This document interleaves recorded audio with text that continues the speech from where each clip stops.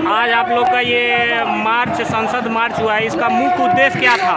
देखिए, पूरे देश से छात्र नौजवानों का जत्था दिल्ली आया है। हम जंतर मंतर पर आज एक पार्लियामेंट मार्च निकाल के यहाँ हम सभा कर रहे हैं। मामला यह है कि आज देश के अंदर बेरोजगारी चरम पर है।